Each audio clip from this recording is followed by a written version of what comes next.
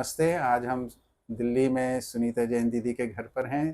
दीदी से बात करेंगे इस क्रम के अंदर। तो दीदी आपका बहुत स्वागत है। नमस्ते। नमस्ते अशोक भैया, आप जी, कैसे हैं? बढ़िया एकदम। जी, तो हमारे अच्छा लगा आप घर पे आए जी और सुखद अनुभव है आपके साथ लंबा समय का। जी।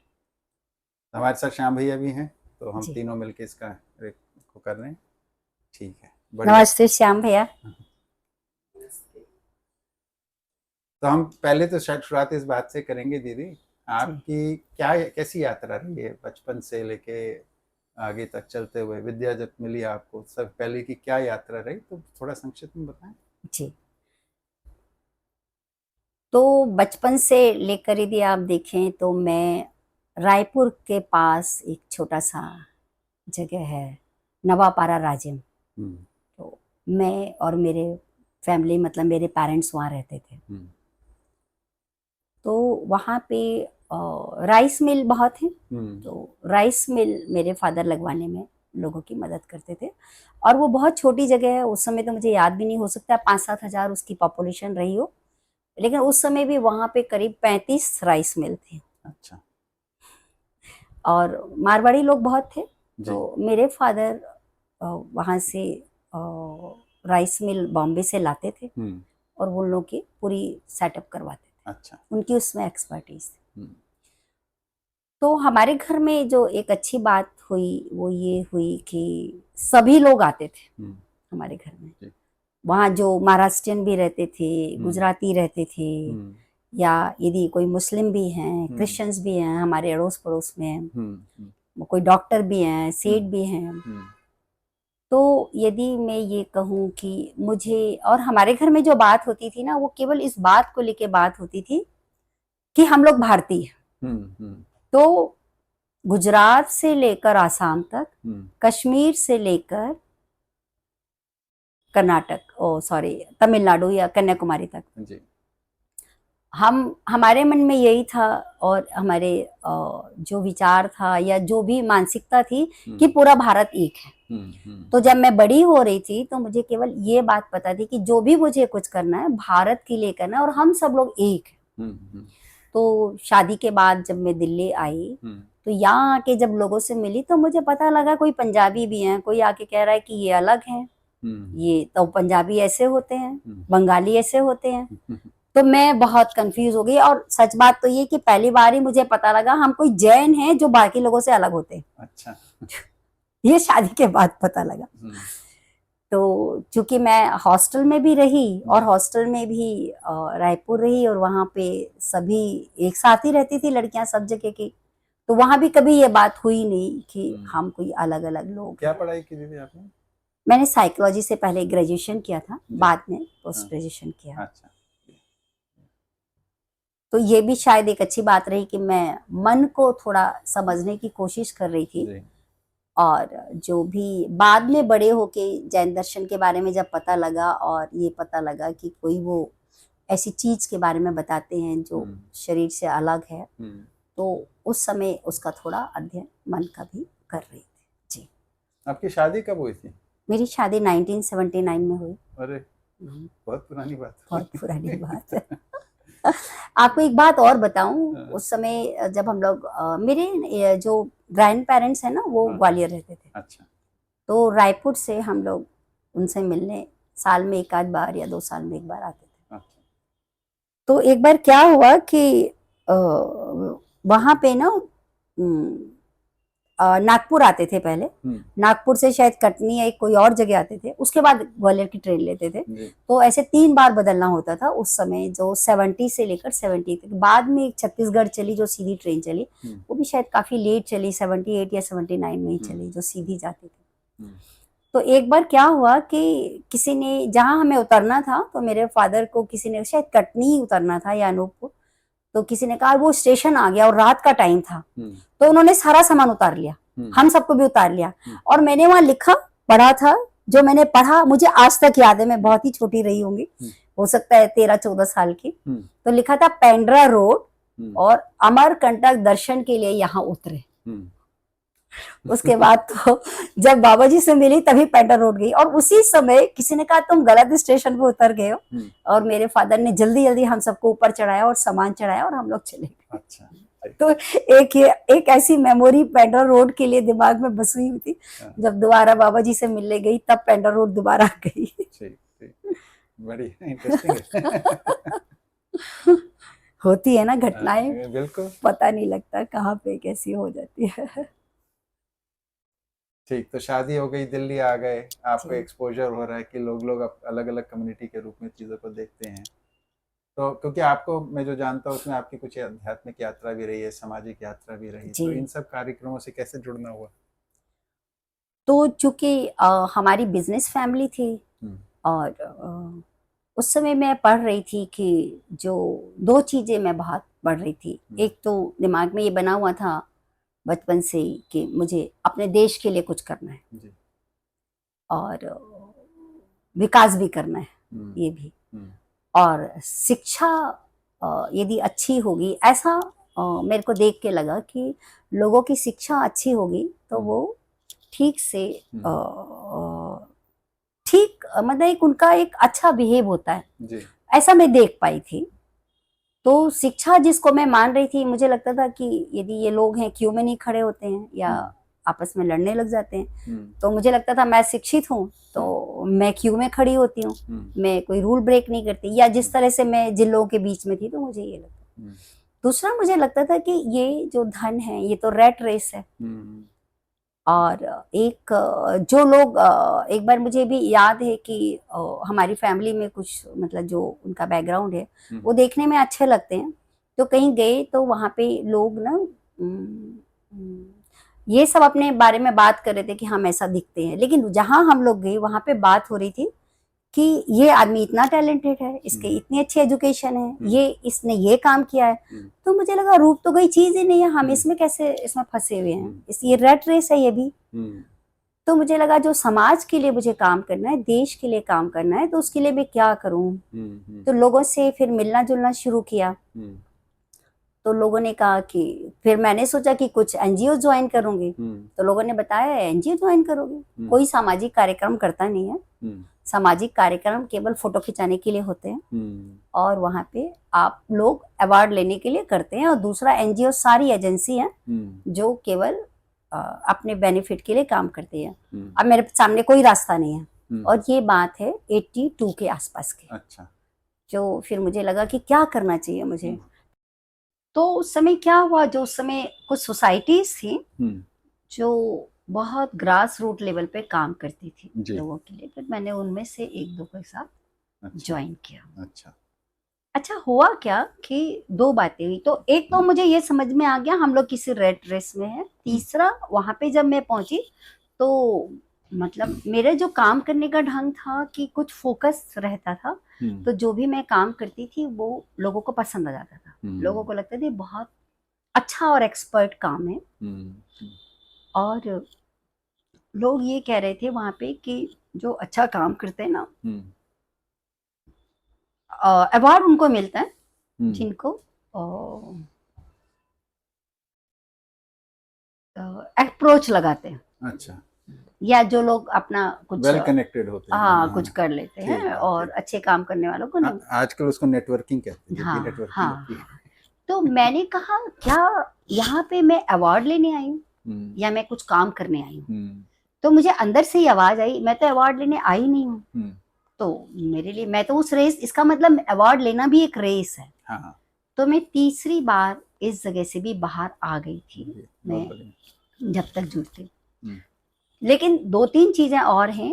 तो मुझे जो लोग पसंद थे वो थोड़े अच्छे आचरण वाले लोग पसंद थे। जैसे यदि मैं कहूँ तो मुझे ईश्वर चंद्र विद्यासागर बहुत पसंद थे, डॉक्टर राजेंद्र प्रसाद बहुत पसंद थे, क्योंकि वो कहते वो तब तक चीजों को यूज करते थे जब तक वापस प्रकृति में ना मिल जाए। कपड़े भी उनके तार तार हो जाते थे और वो यूज करते रहते थे। तो मैं जीना वैसे ही चाहती थी, लेकिन वैसा जीना होता नहीं है समाज में रहते हुए, पर मैं अंदर से ये चाहती थी। और मैं काम बहुत अच्छा करती थी, तो मतलब लोग बहुत अप्रिशिएट करते थे कि मैं बहुत अच्छा काम करती हूँ। सेकंड बात ये होती थी कि तो 3 चीजें निकली उसमें। एक तो मैं सेल्फ को ग्लोरीफाई बहुत करने लगी कि मैं बहुत अच्छी हूँ, मतलब मैं ऐसा करती हूँ, मैं वैसा करती हूँ, मैं ये काम भी अच्छा करती हूँ क्योंकि काम मैं बहुत अच्छा करती हूँ। सेकंड पार्ट मैंने देखा ये हुआ कि मैं अपने आप को कुछ स्पेशल मानने लगी कि मैं दूसरों से बेटर हूँ, बहुत बढ़िया करती हूँ, अच्छा करती हूँ। तो ये स्पेशलाइजेशन जो है, या मैं कुछ विशिष्ट हूँ। तीसरा, मैं कुछ बड़ा बनना चाहती थी क्योंकि मैं देश के लिए सोच रही हूँ, बाकी लोग तो छोटी मोटी बातें सोचते हैं। देखो ना कि वो जात की बात करते हैं, वो लोग पैसे की बात करते हैं, और मैं बड़ा सोच रही हूँ। तो मैं अपने आप को कहीं ना कहीं मैं सोच रही हूँ बड़ा हूँ। तो ये मुझे 3 दोष जो है उस समय तो नहीं समझ में आए, पर मैं बाद में जब विद्या से जुड़ी तो मुझे ये विजुलाइज हो गया, मैं ये 3 जगहों पे खड़ी हूँ। और बड़ा भी होने का मतलब यही था कि मैं कुछ लोगों के लिए ज्यादा काम कर दूं, बड़े लेवल पे काम कर दूं, बाहर के उस पे काम कर दूं ना। तो बड़े का मतलब ये है कि मैं बाहर तक जाऊं, मैं कुछ ऐसा काम करूं जो डेवलप्ड जो कंट्री हैं वो कर रहे हैं, वैसा कुछ काम करूं बड़ा। इतनी बात। ठीक है, बढ़िया। तो ये तो आपका सामाजिक फ्रंट पे आप कुछ कर रहे थे, तो आध्यात्मिक बातों से कैसे जुड़ा हुआ? आध्यात्मिक बात से इतना ही था कि ये भी एक घटना है। तो जैन दर्शन में ऐसा कहते हैं कि जो मोक्ष है ना, वो सबसे बड़ी चीज है, और सेल्फ को समझना, उस पर वो बात करते हैं, काफी गहराई से बात करते हैं। और ये भी कहते हैं जो सेल्फ है, या मतलब मैं है, या जो भी नाम सब लोग अलग अलग दे रहे हैं, कई नामों से लोग कुछ कहते हैं उसको, वो लोग उसको आत्म कह रहे हैं। और वो ये भी कहते हैं कि आत्म में ना ज्ञान ही झलकता है, आत्म मतलब ज्ञान बराबर चीज, उसको ज्ञान ही समझ में आता है जी। और यही सबसे बड़ा हाईएस्ट पॉइंट है जी। तो मुझे हमेशा लगता था कि मैं उस जगह पे पहुंचू जो सबसे हाईएस्ट जगह है। तो मुझे लगता था वो ध्रुव क्या है, मुझे वो ध्रुव स्थान पे पहुंचना है। तो ये मेरी अंदर से एक डीप डिजायर थी कि मैं हाईएस्ट पॉइंट पे पहुंचना चाहती थी। तो उस दृष्टि से जो भी धर्म में कहा गया ध्यान लगाने के लिए, फोकस करने के लिए, तो जब मैं कभी बैठती थी तो जो आसपास के लोग होते थे वो लोग ये कहते थे, देखो इसका ध्यान लग गया, ये बिल्कुल स्थिर है, इसका बाहर कहीं ध्यान नहीं। लेकिन अंदर मुझे दिखाई पड़ रहा था कि मैं तो सबको देख रही हूँ, सबको सुन रही हूँ, तो क्या यही ध्यान है? तो आध्यात्मिक यात्रा कहूँ तो इतनी थी कि मैं कोई गहराई से मैं किसी शरीर के अलावा चीजों को देख पाई हूँ, ऐसा नहीं था। तो फिर आपका जीवन विद्या से कब संपर्क हुआ? जीवन विद्या से संपर्क मेरा करीब 2003 के आसपास मुझे खबर मिली थी। फिर कुछ इंटरेक्शन ऐसा हुआ कि मैं बॉम्बे में मेरा बेटा पढ़ने चला गया था जी। तो वहां पे इनके कुछ क्राइसिस हुए, लेकिन मैं चीजों को थोड़ा संभालना अच्छे से जानती थी, लोगों की मानसिकताओं को समझती थी, तो चीजें मैं संभाल लेती थी। तो जो जिस ग्रुप के साथ मैं बातचीत कर रही थी ना, उनको वो घबराए हुए थे काफी, उनको लग रहा था पता नहीं मैनेजमेंट क्या करेगा, ये कैसे होगा। तो मैं उनको समझा रही थी कि क्यों इतनी चिंता करते हो लाइफ में, मरना तो सभी को है, ठीक है ना, और आदमी थोड़ी जिंदा रहता है, उसका विचार जिंदा रहता है, ठीक है। और आप क्यों घबराते हो जिस चीज, और एक अकेले आदमी कुछ नहीं होता, आप जब ग्रुप में काम करोगे तो बहुत सारे लोग उसको लेके चलते हैं। तो वहां पे जो व्यक्ति बैठा हुआ था आसपास किसी, उसने सुन लिया कहीं से, तो वो जीवन विद्या से जुड़ा हुआ था, वो महेंद्र थे। अच्छा, हाँ, अच्छा, महेंद्र भाई। तो फिर उन्होंने मुझे अप्रोच किया, उन्होंने मेरे से पूछा आप क्या करती हैं, कैसे करती हैं। तो उन्होंने बोला कि हम लोग कुछ शिविर करते हैं, आप वहाँ पे आइए। तो मैंने कहा कि मैं, कैसा शिविर है, क्या है? तो मुझे लगा ये जैसे बापू जी वगैरह ये सब करते हैं, तो मैं कभी उस तरह की जगहों पे मुझे पसंद नहीं था जाना, या उन लोग के जो भी तौर तरीके थे, तो मैं कभी नहीं गई थी उस तरह के, ना ही मेरा इंटरेस्ट था, ना मेरा ये था, ये ना मेरा एरिया भी नहीं था। तो मैं उनसे बहुत गहराई से पूछी, तो उन्होंने कहा नहीं हम लोग वहाँ पे साइंस की बातें करते हैं। तो मैंने कहा अच्छा, फिर मैं आती हूँ। तो गणेश जी का शिविर था और सिद्ध में हुआ था। जी। फिर वहाँ 8 दिन के लिए मैं उनके साथ रही। तब दो- मुझे ये सब 2003 में 4 में नहीं, 5 की बात हुई। 5 4 तक तो ये बात ही चल रही है, अच्छा 5 में मैंने वो ठीक शिविर किया था। ठीक। उसके बाद मुझे एक्चुअल में मैं 2 चीज़ें ढूँढ रही थी, एक तो ध्रुव क्या है और दूसरा ईश्वर क्या है। हम्म तो वो मुझे समझ में आ गया था हम्म और वही मुझे चाहिए था, जी तो मैं ठहर गई। ठीक बढ़िया। तो बाकी चीज़ें जो हैं, यदि भाव, संबंध, इन सब की बातें करें, वो तो धीरे-धीरे से ही काफ़ी समय लगाने के बाद समझ आई। बढ़िया। तो बाबा जी से कब मुलाकात हुई आपकी? बाबा जी से एक बार मिलना तो हुआ मेरा, लेकिन बहुत स्पष्ट मिलना नहीं हुआ। और मुझे ना उस समय इतना पता नहीं लगा था, जब मैं शिविर कर रही थी, शिविर तो मैंने 2-3 कर लिए थे, कि दर्शन है या कोई मतलब बाबा जी का है। मतलब लोग बोल रहे थे कि बाबा जी हैं और ऐसा, ये दर्शन है और ये ऐसी चीजें हैं। तो बहुत मतलब फेंट सी मेमोरी है कि मैंने बहुत ध्यान नहीं दिया है। लेकिन 2006 में कानपुर में बाबा जी के साथ मुलाकात हुई। अच्छा तो तीनों दिन बाबा जी को सुना और बाबा जी के साथ बैठ के बातचीत भी हुई। और मुझे 2-3 बातें ध्यान हैं। आप भी थे उस समय वहां पे, और उस समय ना कोई विकास की बात चल रही थी। तो किसी ने कहा था कि विकास तो परमाणु में होता है, तो ये विकास नहीं है। तो मुझे तो उस समय कोई गहरा समझ में नहीं आया था, लेकिन हाँ, आपने कहा था आप बिल्कुल ठीक कह रहे हैं। तो आपके प्रति मेरा आकर्षण भी था। अच्छा। आपकी हाइट थी या आपके बोलने का तरीका था। हाँ। तो मुझे लगा ये कुछ अच्छी बात कह रहे हैं। फिर बाद में किसी 1-2 लोगों ने आके भी कहा, बाबा जी जैसा आपने कहा हम वैसा ही कर रहे हैं। हाँ। आपने कहा था बच्चों के लिए ऐसा कर लो, तो हाँ। हम वैसा करते हैं। हाँ। तो बाबा जी ने कहा, अच्छा बेटा, ये तुम्हारी आस्था है। हाँ। स्वयं पर विश्वास नहीं है, स्वयं पर विश्वास के लिए काम करो। ये मुझे शब्द अभी भी ध्यान है। तो एक व्यक्ति और आए थे, वो गेहूं के लिए, उन्होंने प्रजाति के लिए कुछ काम किया था। अच्छा अच्छा। क्या जयप्रकाश कुछ बनारस के थे। अच्छा। तो वो काफी दुखी थे। हाँ, हाँ। तो बाबा जी ने कहा, ठीक है बेटा, आपने प्रकृति की चीजों के लिए अच्छा काम किया है। हाँ। उसमें तो इतना ही मिलना होता है। हाँ। और इससे जो भी फल परिणाम भी है वो ऐसा ही आता है कि लोग ईर्ष्या में भी जाते हैं। और वो किसी पेटेंट की बात कर रहे थे। हाँ। तो बोले, बेटा यहाँ पे काम करने वाले लोग पेटेंट के लिए ही तलाशते हैं। तो जैसे मैंने आपको बताया था ना कि मेरा पहले इस बात पे ध्यान चला गया था कि पेटेंट या मतलब हम सम्मान के लिए ये सब काम करते हैं, और उससे मैं दिख गया था मुझे। तो मुझे वो बात समझ में आ रही थी, बाबा जी जो उस समय कह रहे। ये 2-3 बातें हैं अच्छी तरह से जो मुझे एकदम मार्क हो गई। और ये भी समझ में आ गया कि स्वयं की बात कर रहे हैं और स्वयं पे काम करना है। फिर आपकी बाबा जी से मुलाकात होती रही समय समय पे? जी। फिर उसके बाद मैं उसी साल चली गई रायपुर। अच्छा। तो रायपुर गणेश जी का एक शिविर था। श्याम श्याम उस समय बहुत भाग भाग के काम कर रहा था। श्याम का भी मुझे अच्छी से मेमोरी। और गणेश जी बहुत प्यार से श्याम को बोला, श्याम ये कर लो। मैं कहती थी कितना अच्छा लड़का है, कितना कमिटेड है। इसका मुझे अच्छी तरह से ध्यान। तो फिर एक शिविर गणेश जी ने उसी साल किया था, अध्ययन शिविर। तो वहां पे फिर मैं को समझने का मैंने पूरा प्रयास किया था। फिर बाबा जी के साथ नहीं, ये तो मैं पहले ही मिली बाबा जी से अछूटी में। 1 महीने में वहाँ शिविर के लिए गई थी। अच्छा। ये और सम्मेलन से पहले की बात है, तो मैं भूल ही गई। अच्छा, बता। हाँ हाँ हाँ।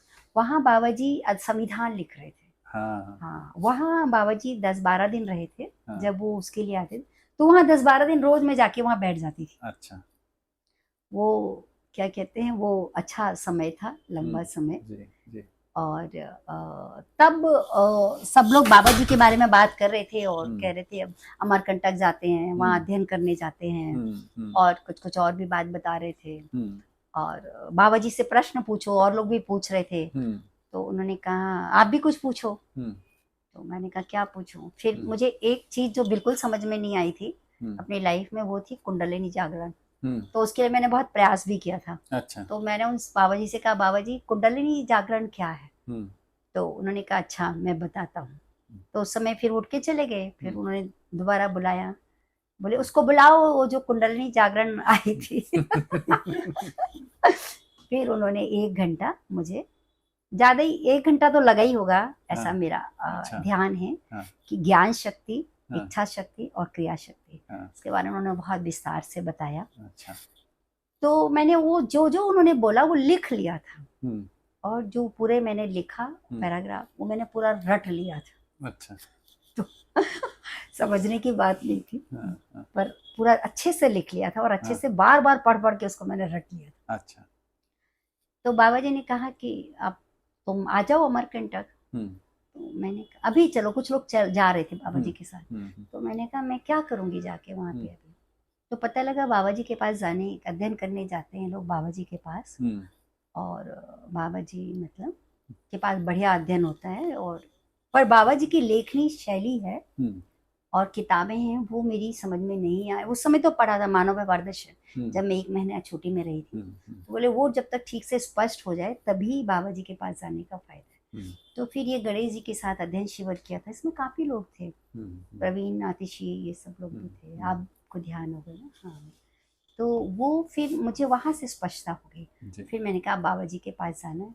फिर साधन भैया को फ़ोन किया था। हुँ, इसके बाद एक साधन भैया का भी अध्ययन शिविर हो गया था, वो भी मैंने कर लिया था। अच्छा, अच्छा, तो बढ़िया, फिर मुझे लगा अब तैयारी हो गई है, हुँ, तो फिर मैं बाबा जी के पास चली गई थी उसी साल, और 1 महीने के लिए चली गई। अच्छा, बढ़िया, और जब मैं गई थी उस समय, तो क्या कहते हैं, ये भी एक योग संयोग की बात है। हुँ, उस 1 महीने में बाबा जी से मिलने कोई नहीं आया। अच्छा, वो पूरे टाइम मैं, हुँ, साधन भैया और अम्बा दीदी, हाँ, और घर में भी लोग नहीं थे। मुझे लग रहा है कि शायद केवल पूजा भाभी थी बस, और हुँ, कोई भी नहीं था। कौन से सन की बात होगी?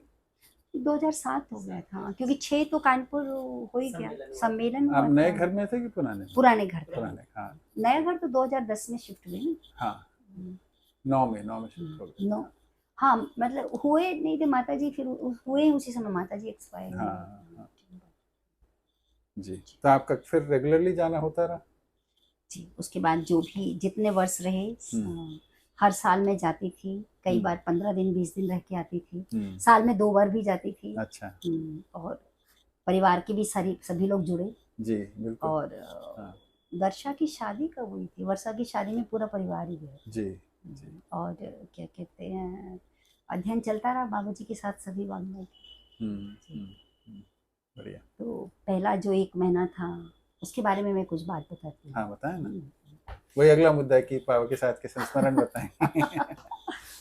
तो क्या हुआ, जब मैं बाबा जी के पास जाने वाली थी तो मैं लोगों से मिलती थी। हुँ, तो मैं कहती थी कैसे रहना है, क्या करना है, क्या हुँ, हो गया। तो सब लोग बताते थे बाबा जी का घर है, नर्मदा के किनारे है, हुँ, और ऐसी वो धर्मशाला है। हुँ, और बाबा जी बहुत कहानियां सुनाते हैं, हुँ, बहुत गपशप करते हैं, बहुत मजे लगाते हैं, हुँ, बहुत हम लोग हंसते हैं। हुँ, तो मैंने कहा अच्छा। और बोले बाबा जी बहुत घूमने भेजते हैं, हुँ, सब जगह गाड़ी कर करके भेज देते हैं। हुँ, फिर उन्होंने एक बात और भी बताई, किसी एक ने बताया, यदि बाबा जी ने जो टाइम दिया है ना, हुँ, यदि कोई लेट हो गया ना तो बाबा जी समझ जाते ये आदमी सीरियस नहीं है, हुँ, उसको वो बिल्कुल ध्यान नहीं देते। तो जब मैं पहुंची तो हमारी ट्रेन थोड़ी लेट हो गई। हुँ, तो फिर मैं जब वहाँ, फिर अम्मा दीदी का फ़ोन आ गया था वहाँ पे, हुँ, साधन भैया का शायद कि आप कैसे आ रहे हैं, तो वो ऐसे से ले लीजिए, पहुँच जाइए। जब से मैं पहुँची तो दीदी ने कहा आप जल्दी से तैयार हो जाइए, 1 बज गया था, बाबा जी भूखे बैठे हैं, जब तक आप नहीं खाएंगी वो खाएंगे नहीं। हुँ, तो मैंने कहा अरे बाबा जी भूखे बैठे हैं। हुँ, बोले हाँ, बाद में पता लगा कि बाबा जी जो भी आता है मिलने उसके साथ ही भोजन करते हैं। हाँ, तो ये पहला जो पॉइंट था जो मुझे बहुत ही अट्रैक्टिव लगा, हुँ, कि बाबा जी मतलब मैं तो बहुत साधारण हूँ, हुँ, मैं तो कुछ कहीं हूँ भी नहीं, हुँ, अभी तो मैं सीखने की इतने उस पे हूँ, और बाबा जी मेरा इंतजार कर रहे हैं हुँ, मेरे साथ भोजन करने के लिए। हुँ, तो एक बहुत आत्मिक खुशी, जैसे कहते हैं ना, अंदर से उत्साह आ गया हुँ, कि मैं बाबा जी के साथ बैठ के भोजन कर रही हूँ। बिल्कुल, तो वो, और वो मुझे भोजन अभी भी याद है। तो उन्होंने एक लड्डू भी मंगाया था स्पेशल, तो मैं थोड़ा लड्डू खाने में संकोच कर रही थी, उन्होंने कहा नहीं खाओ, ये बहुत अच्छा है। ये खाया तो पारंपरिक जगहों पे जी। क्योंकि आपने तो देखा भी होगा ये बहुत सारा कि महिलाएं और पुरुष अलग अलग हो जाते हैं, है ना? हम्म। बाबा जी के साथ कैसा रहा आपका? वो जैसे आप बता रहे हैं साथ में बैठ के खाना खाए, हाँ हाँ हाँ। इस तरीके का, तो उनका समानता का भाव, असमानता का भाव कैसा लगा आपको उसमें? हाँ बिल्कुल, देखिए उस समय तो जो मुझे था कि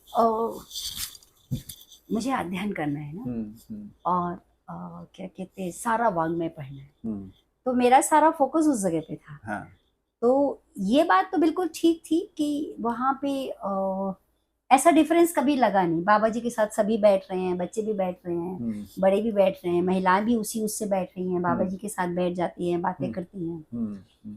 मतलब मैंने आपको जैसा बताया ना, मेरा बैकग्राउंड भी वैसा नहीं था, जी जी। तो हमारे यहाँ भी ऐसा कुछ कभी अंतर रहा नहीं। बिल्कुल। पर ठीक है, वो बात आपकी ठीक है कि हम्म। समाज में तो है, हाँ। आगे आगे भी तो मैंने उतना असमानता नहीं देखी अपने परिवार में और जी अपने जीवन में। जी जी पर है, मतलब समाज जी। में तो उसका हाँ। वो मिलता है, हम्म। तो वहां तो नहीं मिला। हम्म। हम्म।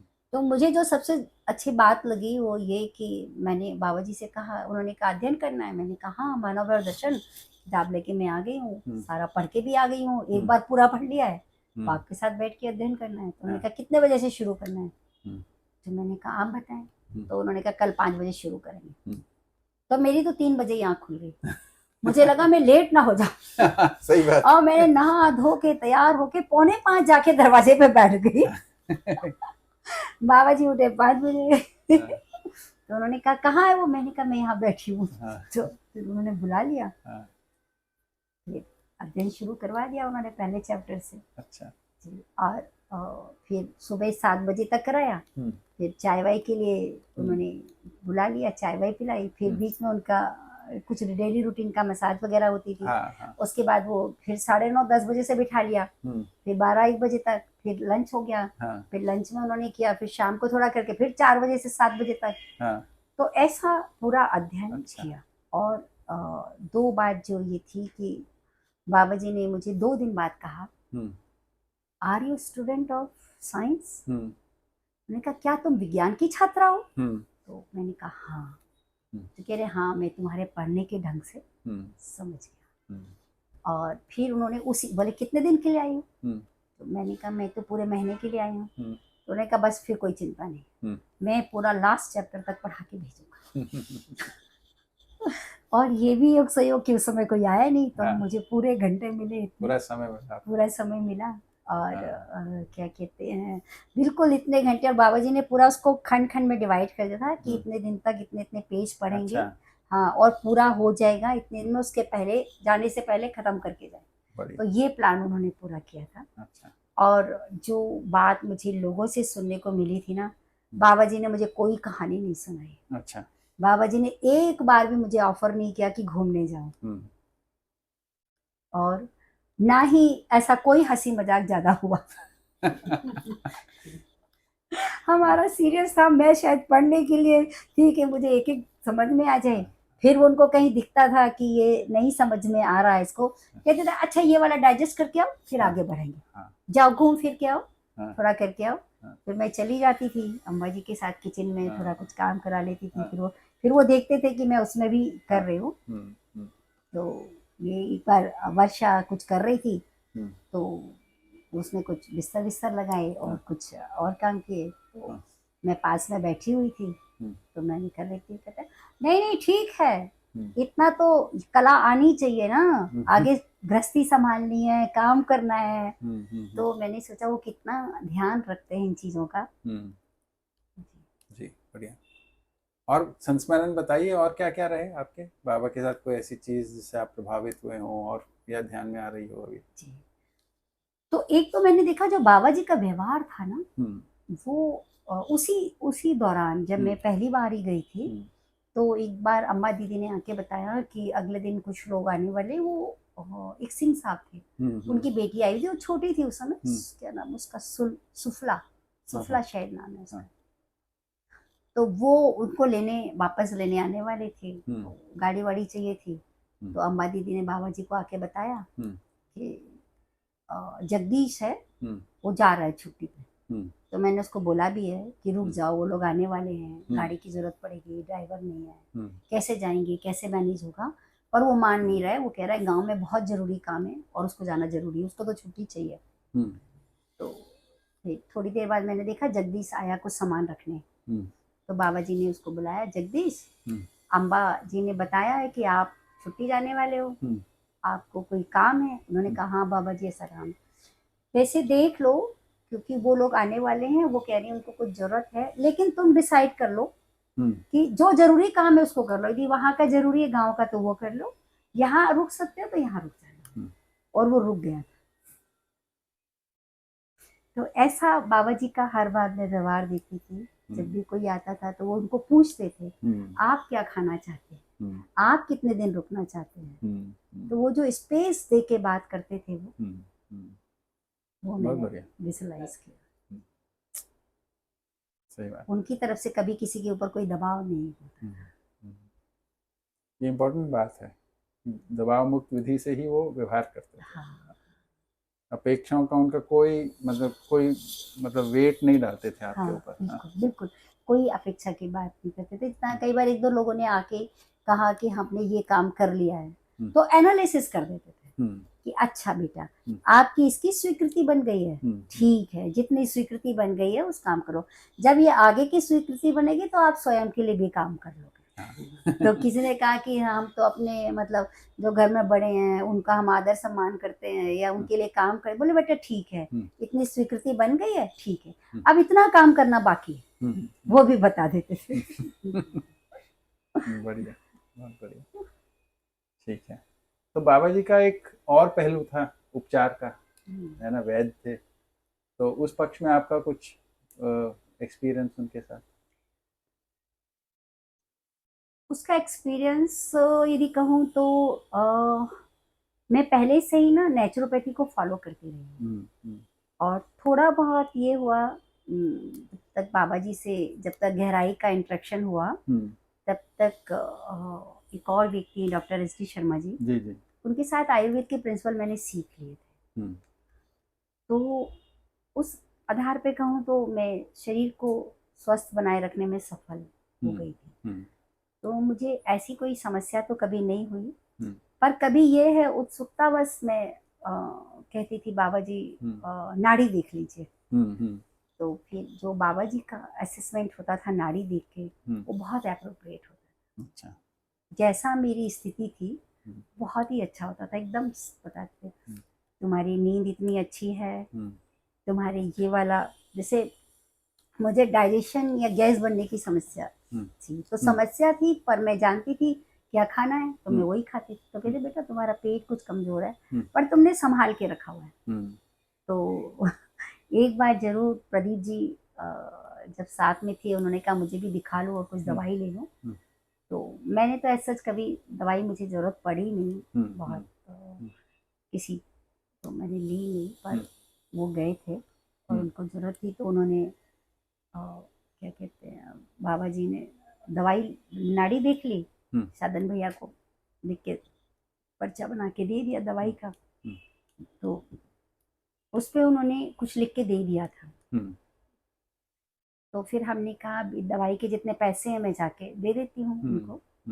मैं देने गई तो बाबा जी ने उस पे श्री लिखा हुआ था। तो साधन भैया ने कहा देखो ये लिखा है ना, इसका मतलब हमें पैसे नहीं लेने। तो जितने बार भी मेरे लिए दवाई दी हमारे परिवार के लिए बाबा जी ने, उसमें मैंने कभी कोई 1 रुपया उनको दिया नहीं, उन्होंने लिया नहीं। उसके बाबा जी भी नहीं रहे तो भी मैं लेने गई तो फिर भी मैंने कहा, तो साधन भैया ने और अम्बा दीदी ने यही कहा जब बाबा जी ने ही आज तक नहीं लिए तो हम आपसे कैसे ले सकते। ठीक बात। तो ये एक उपचार और इसके लिए जो ये श्री वाला तो हमने भी, हम लोग के साथ भी रहता सभी के साथ। ठीक बात। हाँ, बढ़िया।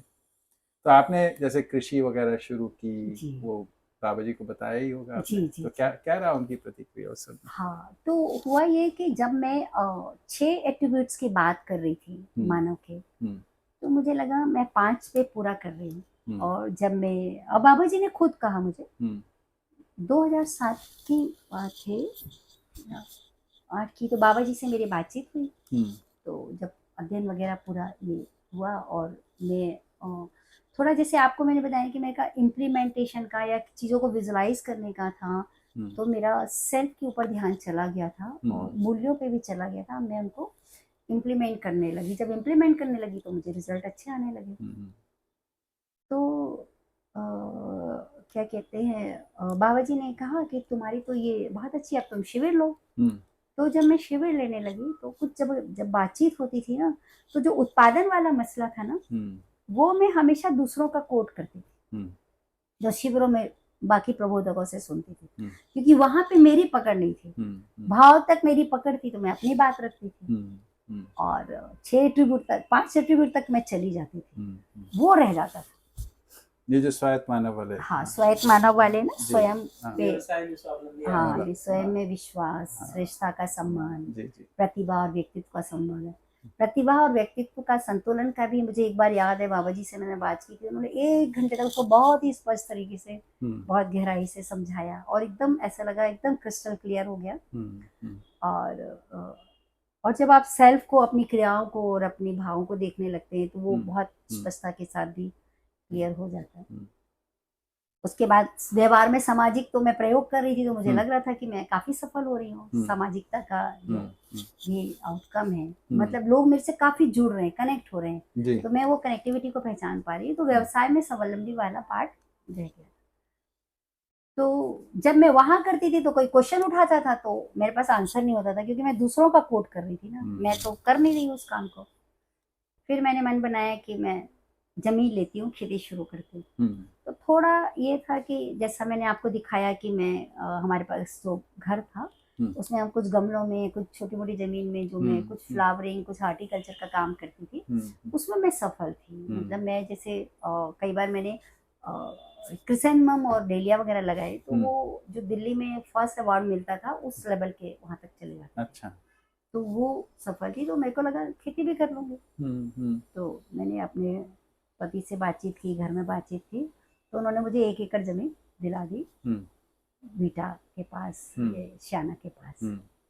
तो मैंने वो शुरू किया, और उसके बाद धीरे धीरे फिर उनको लगा कि मैं ठीक कर पा रही हूँ, तो उन्होंने बढ़ा दिया। तो करीब 4 एकड़ से प्लस ही है मेरे पास। अच्छा, अच्छा।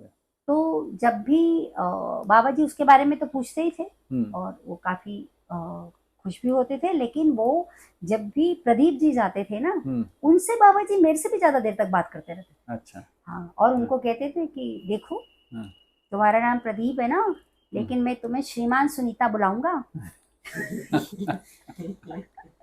और उनसे पूछते थे, ये बिटिया ठीक है, इसका आचरण ठीक है, खेती कैसे करती है, क्या क्या लगाया है, कैसे कैसे किया। तो पूरा पूछते थे, पूरा हर बार वो उसका एक एनालिसिस लेते थे। तो वो बताते थे कि इतना ऐसे प्रोड्यूस हुआ है, ये पेड़ लगाए हैं, ऐसा गुड़ बना लिया है, ऐसा कर लिया है। इवन लास्ट में भी मुझे याद है, जब बाबा जी जिस साल शरीर छोड़ा ना, उस साल हम लोग रायपुर किसी शादी में गए थे। तो मैंने प्रदीप जी से कहा कि मुझे तो बाबा जी से मिलने जाना है। तो उन्होंने कहा कि ठीक है, मैं भी चलता हूँ। तो रात को हम लोग बैठे, तो हम सवेरे सवेरे करीब पहुंचे 5 बजे। तो साधन भैया ने जाके बोला, बाबा जी सुनीता दीदी और आए हैं प्रदीप भैया। तो वो एकदम उठ के बैठ गया, उन्होंने प्रदीप जी को बुला लिया। मैंने तो केवल बाबा जी के चरण छुए और मैं अपने अंदर चले गई। तो उन्होंने 1 घंटा उनसे बातचीत की। तो साधन भैया ने उस समय ये भी बोला कि जब से अमरकंटक सम्मेलन हुआ है ना, बाबा जी कोई आता है तो हाथ जोड़ देते हैं, नमस्ते कर देते हैं, बातचीत नहीं कर रहे। पहली बार मैं देख रहा हूँ बाबा जी ने 6 महीने के बाद उनसे इतनी देर तक बातचीत की। तो वो शायद मेरा उत्साह बढ़ाना चाहते होंगे और परिवार को खड़ा करना चाहते होंगे मजबूती से। तो मुझे ये भी याद है, उन्होंने उस समय एक सेंटेंस बोला, अब ये रुकने वाली नहीं है। तो उनको अंदर से एक बात लग गई थी कि पहुंच, जितना उनको खड़ा करना चाहिए एक व्यक्ति को, वो काम उन्होंने बहुत अच्छे से किया था। मतलब परिवार के साथ ही, परिवार का भी कोई ऐसा, और मैं देख रही हूँ उसका ही एक परिणाम है कि भले अभी परिवार में हमारे बाकी लोगों ने अध्ययन तो नहीं किया है, लेकिन जुड़े हुए सभी। ठीक बात। तो आपके परिवार से आप बता रहे, भाई साहब तो मिले कई बार, बाबा से बात हुई, बच्चों का कैसा रहा बाबा के साथ? बच्चों का भी बच्चे मिले बाबा जी के साथ, और मैंने ऐसे बताया शादी में भी गए थे वहाँ पे। और बच्चों ने एक लेवल तक तो चीजों को समझा था, पर बहुत गहराई तक गए हैं ऐसा तो नहीं है। हाँ, विद्या में ना गए हो, पर बाबा के व्यक्तित्व से या मुझे उनसे व्यवहार से, उनके व्यवहार से, जैसे मुझे एक बार याद है, मेरी डॉटर गई थी तो वो उनके साथ बैठी रही, बातचीत करती रही। तो मैंने उससे पूछा तुम्हें कैसा लगा बाबा जी के साथ बैठ के? बोले उनके साथ बैठ के मुझे ये नहीं लगा कि मैं 80 साल के व्यक्ति से बात कर रही हूँ। मुझे मतलब उस समय वो प्लस ही थे, 87 के ही थे। तो उसने कहा मुझे ऐसा लगा कि मैं अपने किसी हम उम्र वाले के साथ बातचीत कर रही हूँ। तो बातचीत में इतना वो था, जबकि उस समय वो 20-21 साल की होगी। तो बेटा छोटा था, लेकिन उसका इंटरेक्शन बहुत, बाबा जी के साथ 1-2 बार ही मिलने गया था। जी जी जी, ठीक। तो उसने कहा अभी जो बाबा जी बात करते हैं वो मेरी समझ में नहीं आती है। ठीक बात। वो बाकी लोगों के साथ उसका जो भी था इंटरेक्शन, जैसे श्री राम के साथ, प्रवीण के साथ, गणेश जी मेरे साथ भी मसूरी में उसकी हाँ, अच्छी मैत्री हो गई। पवन जी के साथ भी, हाँ। संगल जी के साथ भी उसका। जी जी। अभी ठीक है, मैं ये रिफ्लेक्शन तो देखती हूँ कि हमारे घर में उसका काफी प्रभाव है। जैसे वस्तुओं को लेके हमारे घर में कभी बातचीत नहीं होती, और पैसे को लेके भी बातचीत नहीं होती। मेरा बेटा मतलब जब भी बात होती तो कहता है कि मेरे पास इतना है अभी कि मैं और मेरे बच्चे सब सारी जिंदगी नहीं कमाए तो भी उनका खर्चा चल जाए। ठीक आकिम कर लिया।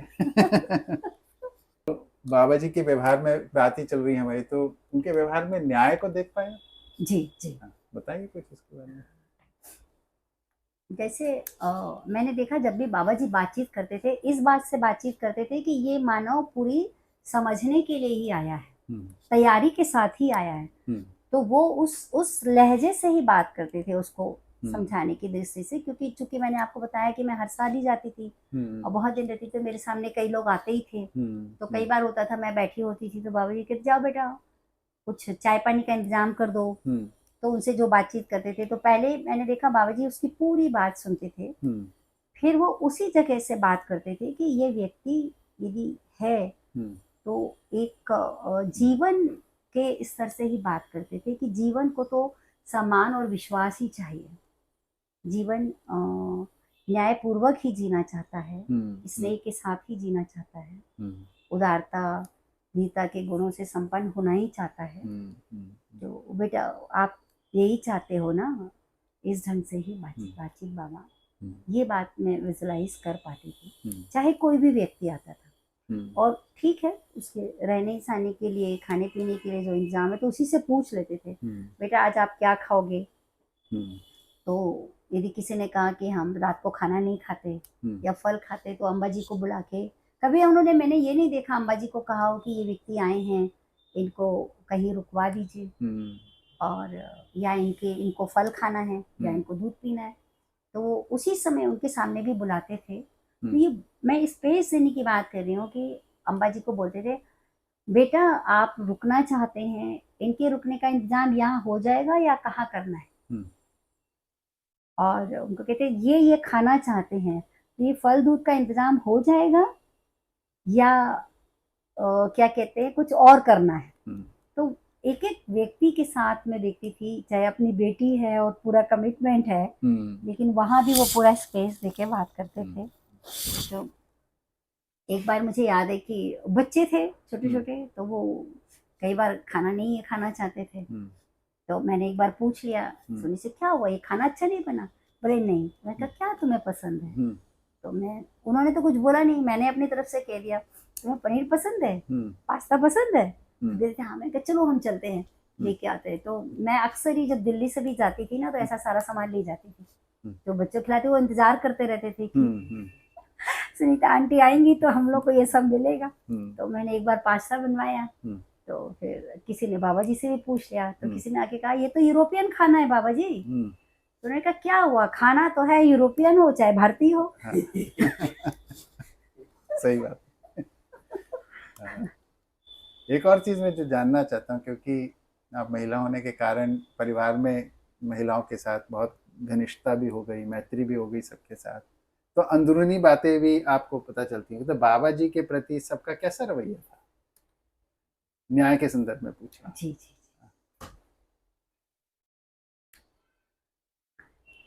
क्या जैसा मैं विजुलाइज कर पाई हूँ कि हर व्यक्ति तो मानव के रूप में ही हम बात करेंगे, हम जीवन के रूप में तो बात कर नहीं रहे, क्योंकि जीवन और मतलब शरीर का सह अस्तित्व ही है। हम्म। तो जब भी हम किसी को देखते हैं तो मानव को ही देखते हैं। जी तो मानव के रूप में देखें तो किसी भी परिवार में देखें तो हर किसी की अपनी यात्रा तो है ही। जी जी तो अपनी यात्रा के संबंध में उसकी कोई डिजायर्स भी हैं, बिल्कुल उसके कुछ ब्लॉकेज भी हैं, बिल्कुल। उसके कुछ संस्कार भी हैं। हम्म। तो मैंने कभी नहीं देखा कि बाबा जी ने उन चीज़ों को लेके किसी भी घर में भी किसी व्यक्ति के साथ कोई बातचीत की। हम्म तो चूंकि बाबा जी उस ढंग से ही बात करते थे, तो बाबा जी के साथ जितने और ऐसा कोई दिन नहीं होता था हम्म कि पूरे देश से लोग ना आए हों। हम्म हर समय 2 4 6 10 लोग बने ही रहते थे हम्म बाबा जी के पास घर में। हम्म तो पूरे घर वाले उन सबका ध्यान भी रख रहे हैं, उनकी जो हम्म स्वीकृति है बाबा जी के कार्य के प्रति, हम्म बाबा जी के दर्शन के प्रति, हम्म वो तो सबके मनों में मैं देख पाई थी। चाहे ग्रैंड चिल्ड्रन हो, हम्म छोटे छोटे बच्चे हों, हम्म चाहे अपनी बहुएं हों, हम्म नीता भाभी या पूजा भाभी, हम्म सब अपने काम भी कर रहे हैं। कभी किसी को ये समस्या मैंने नहीं देखी कि इतने लोग घर में आए हैं, उन्हीं कमरों में रुकेंगे, उसी किचन में खाना बनेगा, उनका भी देर सवेर होगा या अलग बनेगा, उसी उसी से सारे बच्चे अपना काम भी कर रहे हैं सबके लिए। और देखिए कभी घर में कोई आता है तो नेचुरली आपको शेयर तो करना ही होता है। हाँ हाँ और आपके लिए चीजें कम ज्यादा भी होती हैं, जी चाहे जगह भी हो और प्राइवेसी भी भंग होती है। बिल्कुल बिल्कुल। लेकिन मैंने ऐसा कभी किसी के व्यवहार में देखा नहीं कि किसी को इस बात से कभी तकलीफ हुई हो। हम्म, बढ़िया, बहुत सुंदर।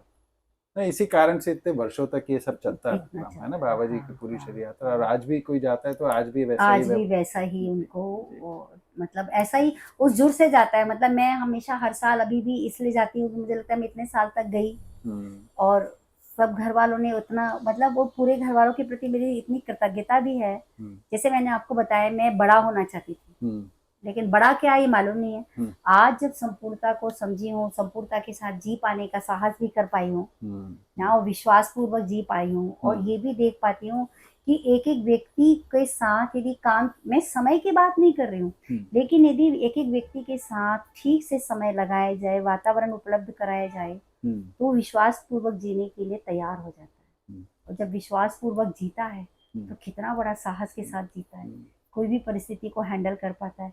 तो मुझे इतनी बड़ी बात मिली जो मुझे अंदर से ही लगता है कि मैं वहाँ पे जाऊं, वहाँ रहूं, साल में एक बार तो जरूर चले ही जाऊं, चाहे 2 3 दिन के लिए जाऊं सभी के साथ। और सभी के साथ बहुत इंटीमेसी है। और जब भी सभी परिवार के लोग दिल्ली आते हैं तो घर भी आते हैं, भोजन भी करते हैं। पिछली बार भी अम्बा दीदी हापुड़ जा रही थी तो सभी आए, भोजन किया, छोटी यहाँ रही, तो उसके साथ रेगुलर इंटरेक्शन रहा, आना जाना रहा। तो परिवार की ये बहुत बड़ा कंट्रीब्यूशन है किसी भी परिवार का। सही बात, सही बात। किसी भी परिवार में, और ये माताओं को ज़्यादा पता चलता है कि बच्चों की कुछ परीक्षाएं पूरी नहीं हो रही तो शिकायत होती है ना। स्वाभाविक सी बात है, हमारे परिवारों में रहती हैं, आपके परिवार में भी रही होंगी, तो स्वाभाविक है बाबा जी के जो पोते पोतियाँ उनकी भी रही, कभी कभी बाबा के सामने भी पहुंचती होंगी।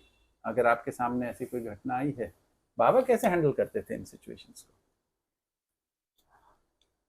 बिल्कुल आप ठीक कह रहे हैं।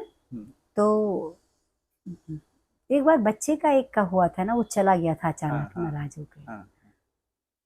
तो बाबा जी के लिए ये था ठीक है, वो नाराज हो गए हैं, थोड़ा घूम फिर के लौट आएगा, थोड़ी घटनाएं होंगी।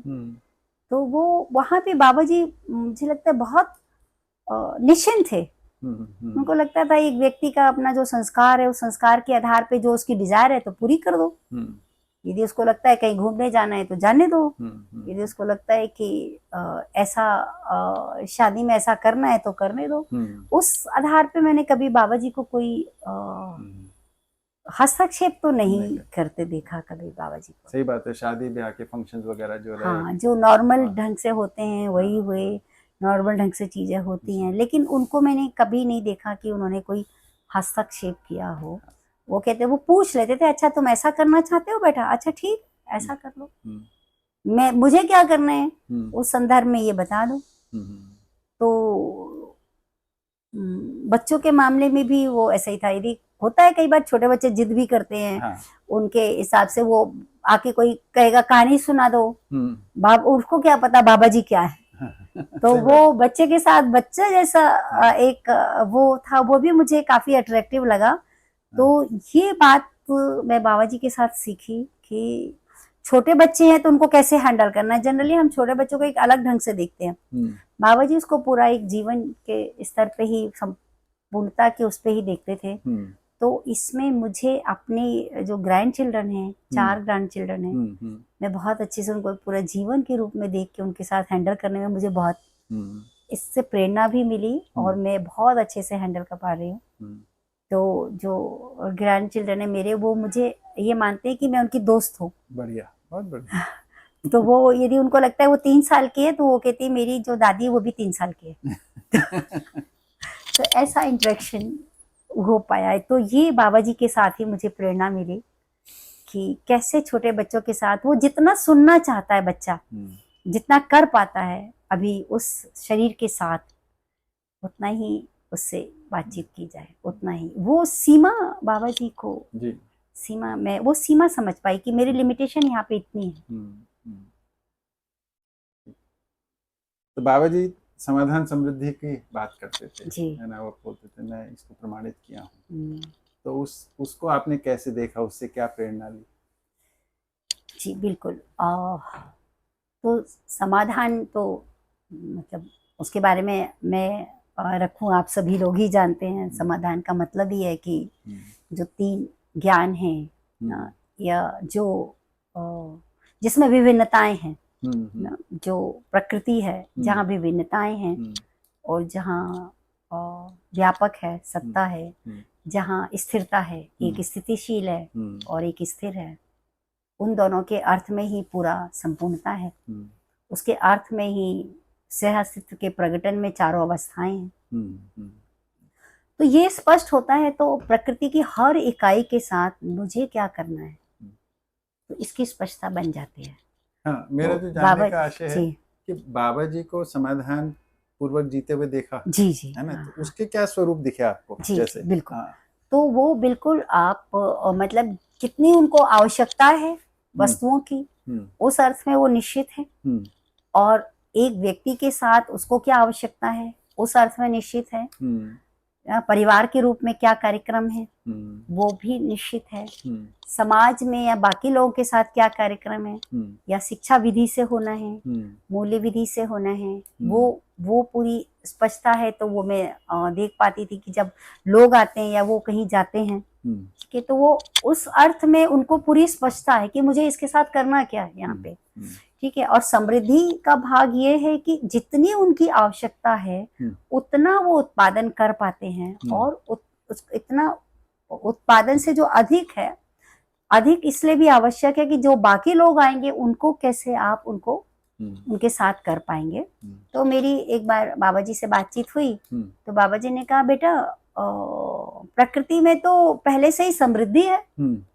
जो कहने लगे देखो आप पैदा हुए, ठीक है, 20 साल तक तो आपको अपने लिए कुछ करना नहीं पड़ा, बाकी लोगों ने आपको पाल पोस के बड़ा कर दिया, आपका शरीर बड़ा कर दिया, आपके लिए जो कुछ आवश्यक था वो उपलब्ध करा दिया।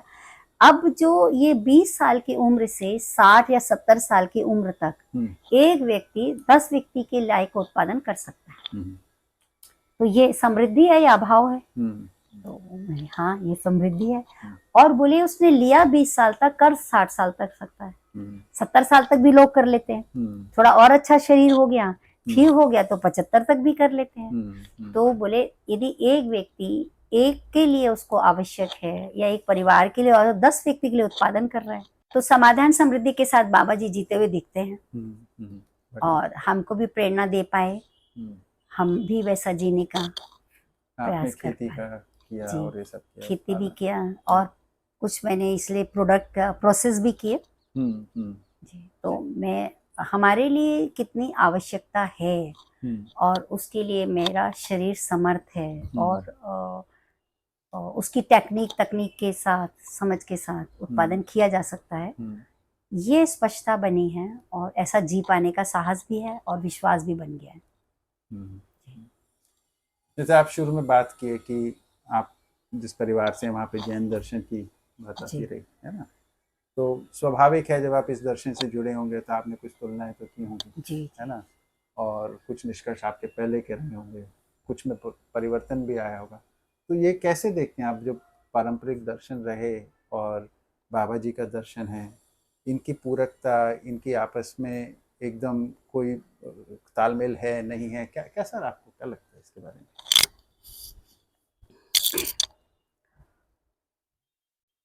मध्यस्थ दर्शन का अध्ययन तो मैंने पूरी अच्छी तरह से किया हम्म, और एंड पॉइंट तक किया, हम्म, पूरा समय भी लगाया। हम्म, और यहाँ तक कि स्पष्टता बनी कि बाबा जी को स्पष्ट हो गया कि मैं पूरी तरह से समझ भी पाई हूँ और जी भी पाती हूँ। हम्म, हम्म, फिर मैंने और दर्शनों का भी अध्ययन हम्म, किया, हम्म, कुछ वेद का भी किया हम्म, और जैन दर्शन का पूरा किया। हम्म, तो ये बात तो स्पष्ट मुझे लगती है और दर्शनों की कि अ, कोई जो दो तरह की वस्तु हैं, एक नित्य है और एक अनित्य है, हम्म, इस बात दर्शनों में बात हुई है। हम्म, और ये भी बात हुई है, जैसे यदि जैन दर्शन को कहें तो जैन दर्शन भी इस बात को कहता है कि हर एक जो चैतन्य इकाई है वो एक एक के रूप में बने रहते हैं। हम्म, इस बात की भी बात कर रहे हैं, हम्म, परमाणु की भी बात करते हैं। हम्म, और उन्होंने इस बात को भी डिस्क्राइब किया है कि कैसे एक इंद्री से लेके 5 इंद्री तक का भी पूरी क्रम, क्रिएचर इस धरती पर है। हाँ, और दर्शन भी परमाणु और उसकी यदि कण और उसकी बात कहें तो करते हैं। हम्म, हम्म, और ये भी कहते हैं, यदि जैन दर्शन को मैं देखती हूँ तो वो 3 बात करते हैं हम्म, कि सम्यक हम्म, दर्शन, हम्म, सम्यक ज्ञान और हम्म, सम्यक चारित्र। हम्म, यदि सही का दर्शन हो जाए हम्म, तो सही का ज्ञान होता है हम्म, और सही चारित्र के साथ आदमी जीता है। हम्म, जैन दर्शन ये भी कहता है कि एक आदमी को अपनी संपूर्णता तक समझने के लिए ना 14 स्थान से गुजरना पड़ता है। उन्होंने ऐसा क्लासिफिकेशन किया है ठीक ठीक, कि एक व्यक्तित्व के विकास के लिए 14 स्टेप हैं। एक विकास होता है तो अगले स्टेप पे जाता है, ऐसा संक्रमण होता है। और परंपरा में और भी जो दर्शन हैं वो कुछ एक लेवल तक की बात मुझे दिखाई पड़ती है, पर मैं ये कहूँ कि मैंने अभी बहुत गहराई से किसी और दर्शन में गहराई तक तो नहीं पहुंची हूँ, पर मैं अभी इस दर्शन को और दर्शनों को कर रही हूँ। तो यदि मैं और गहराई तक अध्ययन करूंगी तो मैं इसके बारे में आपसे बात और बाद में भी कर सकती हूँ। लेकिन अभी तक मुझे इतनी स्पष्टता तो बनी है कि हर किसी ने अपनी बात को रखने के लिए किसी टर्मिनोलॉजी का उपयोग किया है और उस टर्मिनोलॉजी को एक समय में वो टर्मिनोलॉजी प्रचलित थी। जैसे मैंने एक अभी डिक्शनरी ली है, उसमें संस्कृत के जो शब्द हैं, जैसे पुरुष शब्द है, पुरुष शब्द हर दर्शन में किस अर्थ में उपयोग किया गया, अच्छा, ठीक है ना, उसके लिए करीब उन्होंने 7 पेज लिखे। अच्छा, इसी तरह से कोई आत्मा शब्द ले लें, यदि कोई आप और शब्द ले लें, तो जितने दर्शनों में उस शब्द का उपयोग किया और विभिन्न अर्थों के साथ, पाणिनि ने कैसा किया, निरुक्त ने कैसा किया, वो बहुत अच्छा क्लासिफिकेशन है। तो हर समय में एक काल में उस व्यक्ति उस समय जो भाषा प्रचलित थी उस भाषा के अर्थ में उसने अपनी कोई बात कही। बाद में क्या हुआ, बहुत सारे शब्द आ गए, बहुत सारे दर्शन आ गए, तो हर किसी का एक दूसरे के साथ कई सारे मीनिंग हमारे पास आ गए। तो बहुत सारे मीनिंग में क्या हुआ, इंटरप्रिटेशन जब हुआ तो वो कुछ और अर्थों में भी चला गया। तो यदि और गहराई से करें तो कितनी बात वहां पे हुई है और इसका और अनुमान लगाया जा सकता है। पर मुझे लगता है जो जिस समय जो टर्मिनोलॉजी में बात की गई, हमें उस टर्मिनोलॉजी में थोड़ी मेहनत करनी पड़ेगी। लेकिन ये बात है कि जो मध्यस्थ दर्शन है वो पूरा एक एक जो इकाई है ना, उसको एक एक तरह से जो एक्सप्लेन किया है, मुझे उससे पूरी संपूर्णता क्या है उसकी स्पष्टता बनी है। और संपूर्णता के साथ वो एक मानव कैसे जी सकता है उस आचरण के साथ, उस चरित्र के साथ, कि वो अखंड समाज सार्वभौम व्यवस्था को हम्म, बना सकता है और मानव परंपरा के लिए काम कर सकता है, ये बात हो सकता है। और दर्शनों ने भी रखा होगा, ये हो सकता है किसी काल में कुछ चीजें विस्मृत भी हो गई होंगी, जैसे उपनिषद के बारे में भी कहते हैं कि जितना जो था उसका बहुत कम उपलब्ध है, तो हो सकता है ये तो जी, ठीक। होता है आदमी के साथ। हम्म, किसी काल में कोई टेक्नोलॉजी आती है, लंबे समय रहती है, उसको जानने वाले लोग चले जाते हैं तो जी, जी। विस्मृत भी हो जाते हैं। बाबा जी की एक पुरानी डायरी में भी पढ़ रहा था जो ऑनलाइन आजकल आ गई है। हाँ हाँ उसमें एक जगह उन्होंने लिखा है सम्यक ज्ञान बराबर जीवन ज्ञान, हाँ हाँ अच्छा, सम्यक दर्शन बराबर अस्तित्व दर्शन, हाँ, और सम्यक चारित्र बराबर मानवीयता पूर्ण आचरण। हाँ, हाँ, ऐसा है। ऐसा ही तो है। बिल्कुल पैरेलल में कर दिया हाँ, उसको, हाँ। हाँ, जोड़ दिया। ठीक तो बात यही है। मैंने कहा ना, जब मैंने ध्यान दर्शन को समझा तो ये पूरा इस तरह से, तो पूरी चारित्र की भी बात कर रहे हैं जी। कि मनुष्य ऐसा जिएगा। ठीक। तो अब जैसे दर्शन के साथ आपका लंबा जुड़ाव रहा, जी तो बहुत सारी जगह भागीदारी भी रही है ना, जैसे शिविर होंगे, गोष्ठियां रही होंगी, सम्मेलन रहे होंगे, वाङ्मय के साथ भी आपका कुछ हो, तो क्या क्या जगह आप भागीदार हो पाए, कुछ बताएं उस बारे में।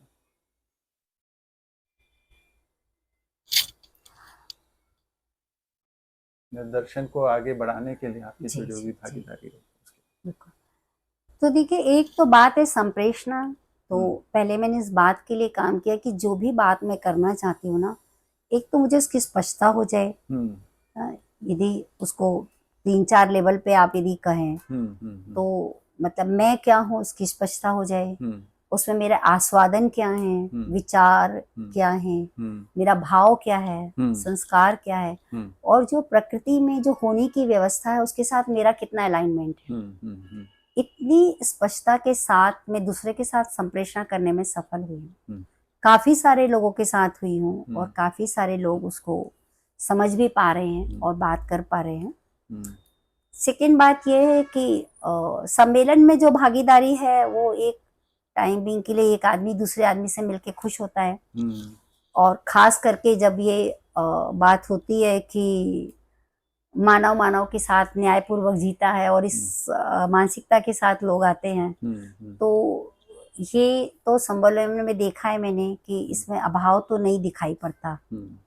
और यहाँ तक मुझे याद है कि हम लोग एक बार मुझे इंदौर के सम्मेलन और बांदा के सम्मेलन में काफी, एक बनारस के सम्मेलन में भी मैंने काफी भागीदारी की थी। तो इन 3 सम्मेलनों में मैंने क्या कहते हैं अंदर जो सिस्टम है उसमें भागीदारी की थी। तो लोगों के साथ जब मेरी बातचीत होती थी, और जो बिल्कुल नए लोग भी आए थे और काफी हाई लेवल के लोग भी आए थे, जिस मुझे याद है एक बार एक आरएसएस के कोई नेता टाइप के व्यक्ति थे, तो उन्होंने मुझे ये बात बोली थी कि मैं बहुत सारी जगह पे जाता हूँ, बहुत सारे लोग सम्मेलन होते हैं और बहुत कम लोग भी होते हैं, तो भी हम लोग की व्यवस्था करने में हाथ पैर फूल जाते हैं। लेकिन मैं यहाँ पे देखता हूँ कि इतनी कम व्यवस्थाएं लेकिन सब आराम से चल रहा है, किसी को कोई समस्या नहीं है। तो कम व्यवस्थाओं में भी लोग बहुत अच्छे से रह सकते हैं। इस तरह की व्यवस्था, और जो लोग जुड़ते हैं वो बहुत कमिटमेंट के साथ भी हम लोगों ने देखा है कि यदि हम किसी को कोई काम बोल देते हैं तो करते हैं लोग। और ये तो ये अब दिख रहा है, ये स्पष्ट दिखता है। तो ऐसा नहीं है कि सम्मेलन करना है तो बहुत ही ज्यादा हमको बहुत कोई परेशानी होगी, बहुत ज्यादा इंतजाम करना पड़ेगा। हल्का फुल्का भी इंतजाम है तो लोग बड़े खुशी खुशी करते हैं। तो ये भागीदारी रही है। और एक जो अभी मैंने एक जो खास जो मेरी ज्यादा भागीदारी रही वो स्कूलों में बच्चों के साथ रही है। तो बच्चों के कई लेवल पे मैंने 10-12 तक शुरू से नर्सरी से लेके हर लेवल पे हर क्लास में जाके बच्चों के साथ इंटरेक्शन करना, और जो उनके टीचर्स हैं जो उनकी भी मैंने जो मध्यस्थ दर्शन के आधार पे स्वयं को समझने का, आवश्यकताओं को समझने का, उस तरह की पूरी जो वर्कशॉप की हैं उससे मैं देख पाई हूँ कि हर एक टीचर बच्चों से जुड़ पाया है। जो और वो नर्सरी से लेकर आगे तक जुड़ते हैं तो एक बच्चों में एक अलग ही चेंज देखने को मिला है। तो एक तो स्कूल में वो भागीदारी कर पाई, तो उसके लिए आगे मैंने सोचा एक डॉक्यूमेंटेशन करना है, एक रिसर्च टाइप प्रोडक्ट मैंने रखा हुआ है। तो वो मैं एक कर रही हूँ, और साथ में एक उसमें भागीदारी करना चाहिए। अब क्यूरिकुलम कैसे बनाया जाए, तो एक तो ये है कि एक सिंपल लिख दिया जाए, और एक यदि भागीदारी करके कहाँ कहाँ पे शॉर्ट कमिंग होगी, हम्म, कैसे उसको चेंज किया जाए, मैं उसको भी विजुलाइज अब कर पा रही हूँ। बढ़िया। तो एक करिकुलम में भागीदारी करने का मन भी बनाया है, हम्म, कुछ बेसिक काम भी किया है और हम्म, आगे उसको पूरा करने का मेरा मन भी है। बढ़िया।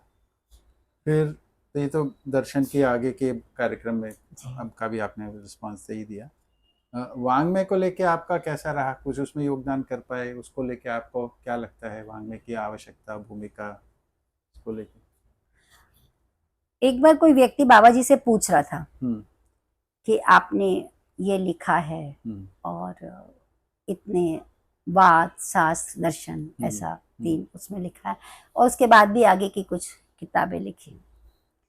तो मेरी बाबा जी से बातचीत हुई थी कि ये कितना, मतलब इतना ही है और लिखना है, क्योंकि और आगे लिखते ही रहते हैं। हम्म, तो बाबा जी ने मेरे को कहा था, बेटा कि मुझे जब दर्शन हुआ प्रकृति का, हम्म, तो मुझे 5 चीज़ें स्पष्ट हुई। हम्म, तो आप लोग भी सभी जानते ही हैं ना कि अस्तित्व सह अस्तित्व पूर्वक है, हम्म, अस्तित्व में विकास क्रम है, हम्म, विकास है, हम्म, जो हम गठन पूर्णता की बात कर रहे हैं, हम्म, और जागृति क्रम है और जागृति पूर्णता है। हम्म, तो बोले 5 सेंटेंस लोगों को नहीं समझ में आए, तो मैंने बहुत पतली सी बुक लोगों ने कहा, तो मैंने कोई 32-50 पेज की एक मानव व्यवहार दर्शन छोटी सी किताब लिखी। फिर बोले वो समझ में नहीं आया तो 500 पेज कर दिए, तो वो समझ में नहीं आया तो 5000 पेज कर दिए। अब बोले वो और समझ में नहीं आएगा तो 50,000 पेज भी करेंगे, लोग आगे लिखेंगे। तो कहने का मतलब ये, यदि जितना आवश्यक लगेगा एक्सप्लेन करने की दृष्टि से, कहाँ पे किस लेवल पे लोग खड़े हैं, कैसे हम छोटे बच्चे से लेके बड़े तक ले जाएंगे, तो कितना कितना उसको समझ में आएगा, उसके आधार पे भी आवश्यक होगा तो लोग भी उसका मन बनाएंगे, हम में भी जरूरत होगी तो हम भी लिखेंगे। और ये वैसे मेरे हिसाब से जितना लिखा गया है वो पूरा पूर्ण है। यदि ठीक से काम किया जाए, ठीक से समझा जाए, तो ठीक से समझ में आ जाएगा। जैसे नए अध्ययनकर्ता जुड़ते हैं जी, उन लोगों को वांग्मय को पढ़ना चाहिए, कब पढ़ना चाहिए, इसके बारे में कुछ आपकी राय? जी, उसके बारे में ये जरूर कहूँगी कि कई बार क्या होता है कि पहला जब हम शिविर करते हैं तो वहाँ पे मतलब मेरा जो अभी तक मेरी अपनी यात्रा से जितने बार मैंने शिविर लिए हैं, लोगों से इंटरेक्शन किया है, बच्चों से भी, पिछले साल भी बच्चों के साथ एक इंटरेक्शन किया था और उसमें करीब 50 बच्चे थे और वो काफी खुश भी हुए थे और अभी तक संपर्क भी बनाए हुए हैं। हर महीने फोन भी कर देते हैं कि हमें मिलना है, आना है। तो मैं ये देख पाई हूँ कि एक व्यक्ति की जितनी तैयारी है तो उतने से शुरू किया जाए, एक बेसिक उसको स्पष्टता बन जाए, उसके आगे के स्टेप पे जाया जाए, फिर आगे के स्टेप पे जाया जाए। कई बार क्या होता है, बहुत सारा मटेरियल दे तो देते हैं क्योंकि ठीक है आपके पास है तो आप दे ही देंगे, और इसमें ईमानदारी भी लोगों को लगती है कि हम कुछ रोक नहीं रहे हैं, पर सामने वाले की अभी लिसनिंग पावर कितनी है, लिसनिंग पावर के साथ वो ग्राफ्स करके उसको कितना इम्प्लीमेंट कर पा रहा है, समझ पा रहा है, उसको ध्यान में रख के हमें बात रखनी होगी तो वो ज्यादा मतलब उपयोगी होगा, काम करेगी और व्यक्ति भी उससे उत्साहित भी होगा, खुश होगा। कई बार क्या होता है, मैंने देखा है कई बार बहुत व्यक्ति के साथ बड़ी बात कर लो तो उसको लगता है कि अरे मैं तो ये कर ही नहीं पाऊंगा, तो उसको कहीं कॉम्प्लेक्स भी आ जाता है, ओवरवेलमिंग हो जाता है। हाँ, कई बार ये भी देखा है कि बहुत सारा मटेरियल चला जाता है तो वो शब्दों की बात करता है, इम्प्लीमेंटेशन की भी नहीं कर पाता। तो ये ध्यान रखना जरूरी है कि हम एक व्यक्ति को, इसमें मुझे लगता है जो एक करंट एजुकेशन है उसमें एक क्रम भी है, एक एक स्टेप बाय स्टेप चीजों को आगे बढ़ा रहा है। जैसे आप क्लास नर्सरी से लेकर 8, 9, 10, 12 आगे तक भी ले जाएं तो एक क्रम दिखाई पड़ता है कि किस किस चीज को बच्चा, और इसमें हो सकता है और प्रयोग की जरूरत पड़े, कम ज्यादा पड़ेगी तो उसको और करेंगे। तो मुझे ये दिखाई पड़ा है कि ऐसा स्लोली स्लोली बढ़ के एक बेसिक बन जाए तो आगे की चीजें कर जाए। बढ़िया, बहुत बढ़िया। तो अब एक आपने इसको पढ़ा ही था, उस क्वेश्चन को पहले मैं आखिर में पूछ रहा हूँ आपसे जी, कि मध्य दर्शन से बाबा जी की यात्रा का मुख्य संदेश आपको क्या लगता है? ये बहुत बड़ा प्रश्न है और बहुत खूबसूरत प्रश्न भी है। हाँ, मुझे लगता है इससे खूबसूरत संदेश हो नहीं सकता। हाँ, तो एक खूबसूरती की बात यह है कि पूरे मानव जाति समान है।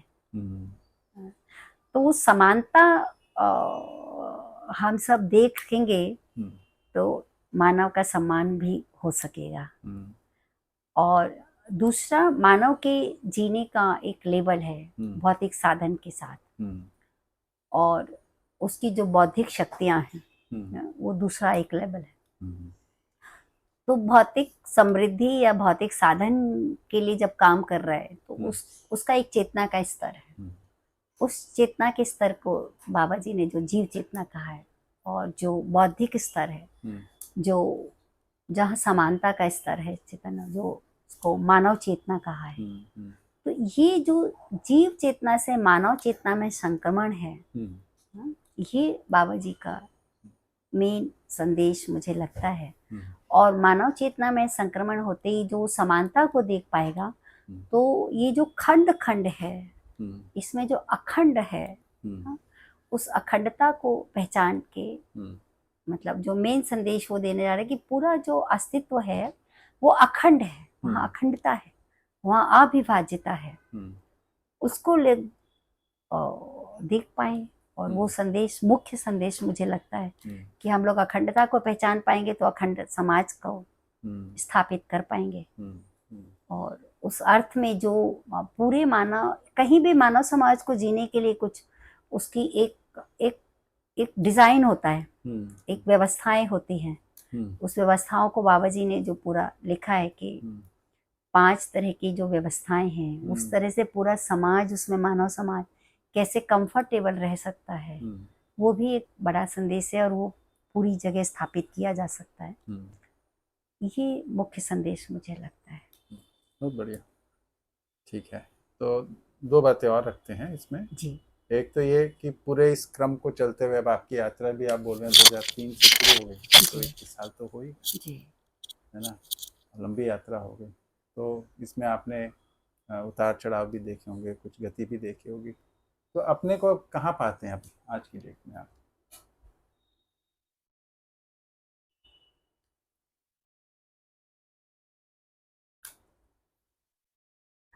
मैं ये समझ गई हूँ कि जीव चेतना से मानव चेतना में संक्रमण हो जाता है, और मानव चेतना में जीते हुए समाधान समृद्धि पूर्वक जिया जा सकता है, और दूसरों को भी प्रेरित कर सकती हूँ, और ऐसा वातावरण भी बना सकती हूँ, और ऐसे समाज को स्थापित भी किया जा सकता है। ऐसी मानव परंपरा भी बना सकते हैं। जैसे एक पेड़ एक बीज को तैयार करता है, तो एक मानव को बीज रूप में तैयार कर पाने की ताकत और विश्वास मुझ में आ गया है। तो और इसमें यदि देखा जाए तो शुरू में अध्ययन का समय लगाया, और वो भी मेरा, जैसे मैंने आपको बताया कि मेरी एक जिज्ञासा थी ही। तो उस अर्थ में जब मैं दर्शन से जुड़ी तो मुझे और कुछ दिखाई नहीं पड़ा, तो मैं इसी काम में ही लग गई। तो पूरा दर्शन को, पूरा वांग्मय को समझा, और एक योग संयोग इतना अच्छा रहा कि बाबा जी के साथ मुझे लंबा समय मिल गया। पर एक समय मुझे लगा था कि मैं पूरा समझ गई हूँ, और उसमें कुछ भाग दिख भी गया था। तो पर जब मैं पूरा समझी, उसमें 10-12 वर्ष का समय लगा। लेकिन पिछले 10 साल के समय में मैं एज इट इज जी पा रही हूँ। उसमें मुझे अब कोई उतार चढ़ाव नहीं दिखा है, और आराम से कंफर्टेबली हर व्यक्ति के साथ हर स्थिति में जी पाती हूँ, और हर व्यक्ति के साथ उसको आगे बढ़ाने की प्रेरणा के लिए कैसे वातावरण तैयार करना है वो भी कर पाती हूँ।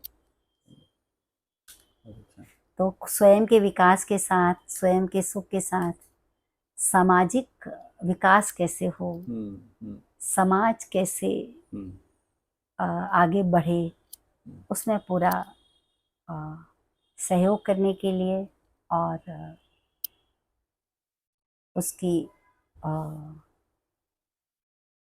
आगे बढ़ाने के लिए, विकास के लिए मैं पूरी तत्पर हूँ। इसके अलावा मेरा कोई और उद्देश्य भी नहीं है। तो यदि मैं कहूँ कि मतलब मैं बड़ा होने को क्या समझती थी, और मैं कहाँ खड़ी थी, और बाबा जी की मतलब इतनी कृतज्ञता और कृपा से मैं कहाँ खड़ी हो गई हूँ, कितना बड़ा गैप है, उसको देख पाई हूँ, तो मेरे जो अंदर से जो विचार आता है वो ये आता है कि यदि मुझे 1000 जन्म तक भी पूरा पूरा समय इसी में लगाना होगा तो मैं इसके लिए तैयार हूँ। बहुत बढ़िया। एक आपने कुछ भाग तो इस प्रश्न का उत्तर कर ही दिया, बट फिर भी इसको स्पेसिफिकली क्वेश्चन के रूप में लेते हुए मैं पूछ लूँगा कि आपकी जैसे यात्रा रही, बचपन में आपने बोला कि आपको देश के लिए कुछ करने का मन था, फिर कुछ बड़ा होने का, कुछ पहचान बनाने का भी था। वो सब अपेक्षाएं आपकी इस दर्शन में जुड़ने के बाद पूरी हो गई? तृप्ति फील करते हैं, संतुष्टि महसूस करते हैं? जी, पहले मैं भारत के लिए काम करना चाहती थी। हाँ। फिर मैं धरती के लिए काम करना का उद्देश्य बन गया। हाँ। अब पूरे अस्तित्व के लिए जहाँ जहाँ आवश्यक है वहाँ उद्देश्य बन गया। बढ़िया। और पहले पहचान जो उद्देश्य था वो ये था कि मैं किसी के लिए कुछ अच्छा करूँगी तो मुझे वो अच्छे व्यक्ति के रूप में पहचानेगा। लेकिन आज मेरा होना जो है, अभिव्यक्ति जो है कि जैसा मैं हूँ वैसा ही अभिव्यक्त होती हूँ, इसमें पहचान की कोई बात ही नहीं है। तो यदि मैं जैसी हूँ उसमें जो मैंने पहले भी कहा था कि मुझे एक बार लगता था कि मैं सेल्फ को बहुत ग्लोरीफाई करती हूँ, तो अब मैं व्यवस्थाओं के लिए काम करती हूँ। मैं व्यवस्था का एक छोटा सा पार्ट हूँ। व्यवस्थाएं मेरे लिए बहुत महत्वपूर्ण है। पूरी व्यवस्थाएं स्थापित हो जाएं तो उसमें व्यक्ति की पहचान मुद्दा नहीं है। व्यक्ति विलय हो जाता है, व्यक्ति परिवार में विलय हो जाता है, परिवार समूह में विलय हो जाता है, परिवार समूह समाज में विलय हो जाता है, देश और अंतर्राष्ट्र में विलय और पूरे अस्तित्व में हो जाता है। तो यदि मैं कहूँ कि यदि मैं एक बीज को देखूं ना, यदि शरीर के एक सेल को देखूं तो एक सेल के रूप में है, पर वो पूरे शरीर के लिए पूरे सिस्टम के साथ है। एक बीज को देखूं, एक बीज के रूप में तो खड़ा हुआ है, लेकिन जिस क्षण वो स्प्राउट होता है वो विशाल वृक्ष बन जाता है। तो अब वो विशाल वृक्ष और पूरा अस्तित्व ही के लिए मैं अपनी कंट्रीब्यूट कर पाऊँ, यही मेरी अंदर से डिजायर बनती है। तो एक और चीज मुद्दा है जो जानते, आप बाबा को लंबे समय तक देखे जी, है ना, तो उस समय में बाबा जी की जो अभिव्यक्तियां थी, संप्रेषणा थी, उसके अंदर आपने कुछ बदलाव देखे? बदलाव हो सकते हैं उनकी शैली में हो, भाषा में हो, या वस्तु में भी हो, तो आपने जो भी देखा हो, अगर है तो बढ़िया, नहीं देखा तो वो जैसा भी आपको लगे बताएं। देखिए, शुरू में बाबा जी से जब मिली तो जैसा बाबा जी दिखते थे और मैं जितना न्यू थी, तो मैं बाबा जी के प्रति बिल्कुल बहुत आकर्षण नहीं दिखा था। इससे ज़्यादा आकर्षण शायद मैं कहूँ तो मुझे प्रबोधकों में ज़्यादा लगता था। पर जैसे जैसे बाबा जी के साथ रहती गई, जैसे जैसे मैं पूर्ण दर्शन को समझती गई, जीती गई, उतना ही बाबा जी के साथ मैं आकर्षित होती चली गई। तो बाबा जी जो भी भाषा प्रयोग करते थे, तो शुरू में जब नहीं समझ में आई थी और जब समझ में आने लगी थी भाषा, तो मुझे तो ऐसा अंतर कभी दिखा नहीं। मुझे हर बार लगा कि मेरे समझने में भूल हो सकती है। बाबा जी जब भी बात करते थे तो बहुत ही उसी जगह से खड़े होकर करते थे। जैसे मुझे याद है कि कई बार क्या होता था कि बाबा जी के साथ मैंने जैसे बताया कि हमेशा कुछ लोग 8-10 लोग तो हमेशा ही बने रहते थे। तो जैसे मैं गई हूँ और मैं अध्ययन करके गई हूँ, तो मैं क्या करती थी, हर पैराग्राफ वाइज, कॉलम वाइज, जहाँ जहाँ नहीं समझ में आता था उसको लिख के, पेज वाइज लिख के ले जाते थे। और बाबा जी के पास जाके दर्शन की बात होती थी, एकदम बाबा जी बहुत फटाफट उसको कर देते थे। कई बार क्या होता था, जैसे मैं कोई बात रखना चाहती, एक बार एक बात मैं रख रही थी और बाबा जी थोड़ा ऊंचा सुनने लगे थे एक समय के बाद, तो उतना तेज मैं नहीं बोलती थी। तो जैसे मैं बोलती थी तो जो दूसरे बैठे होते थे वो बोल देते थे बहुत तेज, वो तो बाबा जी को सुनाई पड़ जाता, लेकिन जो बात मैं कहना चाहती थी वो पहुंचता कुछ और था। तो फिर मुझे लगा नहीं बाबा जी मैं ये नहीं कहना चाहती। तो फिर बाबा जी कहते थे बोलो बेटा क्या कहना चाहते हो।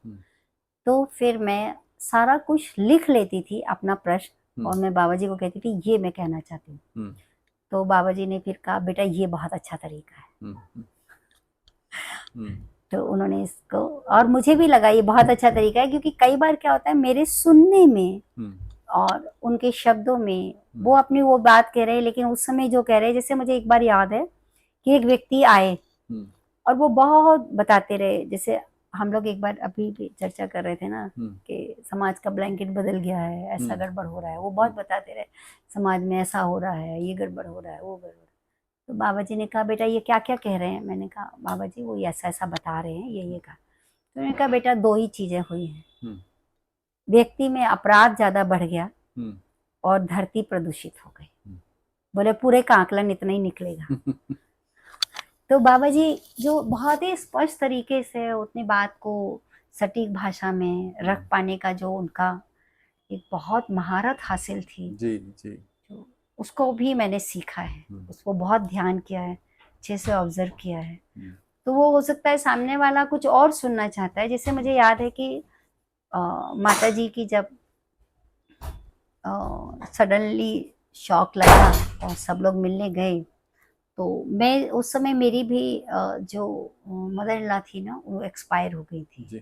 तो मैं घर से नहीं निकल पाई क्योंकि घर में परिवार में सभी लोगों का आना था। तो मैं बाद में गई तो लोगों ने आके बताया कि बाबा जी ने ऐसा बोला था, ये कहा था, बाबा जी ने ऐसा कहा था।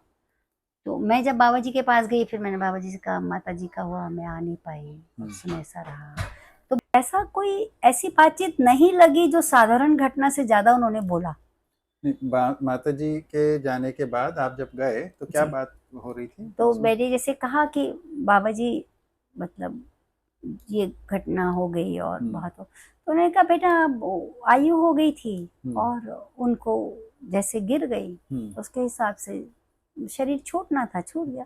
बहुत ही एक साधारण जो भाषा होती है, साधारण जो शब्द होते हैं। जबकि मैं जिन लोगों से उस दौरान जब नहीं पहुंची थी मिली थी तो लोगों ने कोई बहुत दूसरी भाषा बताई थी। अच्छा। और मुझे से एक भी भाषा में बाबा जी के शब्दों में ऐसा नहीं लगा कि कोई ऐसी बात बोल रहे हैं जो कोई बहुत रहस्यात्मक हो या बहुत कोई ऐसी हो जो स्पष्ट ना हो। तो ये कई बार मैंने ऐसा देखा है कि बाबा जी वो नहीं बोल रहे थे जी। लेकिन जो व्यक्ति अपने अंदर जो सुन रहा था वो उसको सुनता है।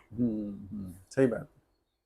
तो वो बाबा जी नहीं बोल रहे हैं पर उसको सुनाई पड़ रहा है कि बाबा जी ने ऐसा बोला। सही बात है, ये होता है, बहुत होता है जी। तो ऐसा मुझे दिखा है। तो मुझे एक बार भी नहीं लगा कि उनके भाषा में या बोलने में कोई ऐसा अंतर हो। यदि मेरे अंदर ही कोई ऐसा संस्कार पड़ा हुआ है कि उसके बोलने के ढंग से मैं चीजों को ऐसा देखती हूँ तो मैं वैसा सुनूंगी। ऐसा मेरा ऐसा आकलन है। और एक बात मुझे बहुत अच्छी लगी जो तो हुआ ये कि जैसे मैंने आपको बताया कि मैं अम्बा जी के साथ काम करती थी तो किचन में चली गई। अम्बा जी मतलब बहुत लोग आते थे तो काम तो रहता ही था उनके ऊपर, बहुत बुआ दीदी के पास। तो वो दही उनको जमाना था, दही दूध रखा हुआ था तो मैंने कहा मैं जमा देती हूँ। तो उन्होंने कहा अच्छा, पहले उनको लगा कि वही जमा देंगे, फिर उन्होंने कहा अच्छा आप जमा दीजिए। तो मैंने फिर अपने हिसाब से जैसा मेरा एक तरीका था मैंने वैसा जमा दिया। उन्होंने कहा क्यों ऐसा कर रही है आप, ना डाल दो दही दूध में और हो जाएगा। मैं कहा कोई बात नहीं दीदी मैं ऐसा कर देती हूँ, मैं तो खाली हूँ। तो मैंने जमा दिया। उसके बाद उन्होंने बाबा जी को दही दे दिया। तो वो उन्होंने आके बताया मुझे कि बाबा जी इतने सालों से मुझे कहते हैं तू दही सही नहीं जमाती, बहुत खराब जमाती है, क्या करते हैं तुम लोग दही नहीं ठीक जमाते। तो बाबा जी बोल रहे थे कि आज ये वो दही जमा है जो मैं कहना चाहता था, जैसा दही खाना चाहता था ये वैसा दही। तो मैं बहुत ही खुश हो गई बाबा जी की बात सुन के कि शायद वो तरीका का अंतर होगा। तो एक दो बार और जैसे मैं यदि इस तरीकों को कहीं और करना चाहूँ तो कई बार लोग अपने ढंग से रोक भी देते हैं या इतना स्पेस नहीं देते।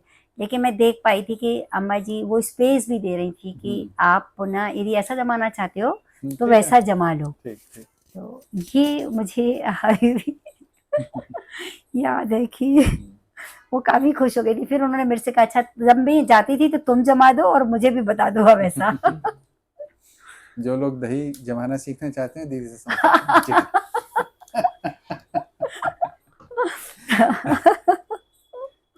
ठीक, बढ़िया। जी। तो दीदी कोई आप अपनी तरफ से बात जोड़ना चाहती हो, और कोई? बस इतना ही जोड़ना चाहती हूँ कि मैं इस पूरी बात को पाकर, पूरी दर्शन को पाकर मैं बहुत खुश हूँ। और निरंतर कैसे खुश रहा जा सकता है इसको भी पहचान पाई हूँ, जी भी पाई हूँ, पूरी तृप्ति के साथ जी पा रही हूँ, परिवार के हर व्यक्ति के साथ भी, और परिवार के बाहर जहाँ तक भी जी पाती हूँ, जिन लोगों से भी मिलती हूँ, मैं बहुत खुश हूँ। और लोग भी यदि अपने बायस या फैलिसीज के साथ नहीं हैं तो वो देख पाते हैं और मेरे साथ वैसा जीने के लिए प्रेरित भी होते हैं। तो जैसा मैंने आपको पहले भी कहा कि बाबा जी के प्रति, परिवार के प्रति और इस दर्शन के प्रति मैं बहुत कृतज्ञ हूँ।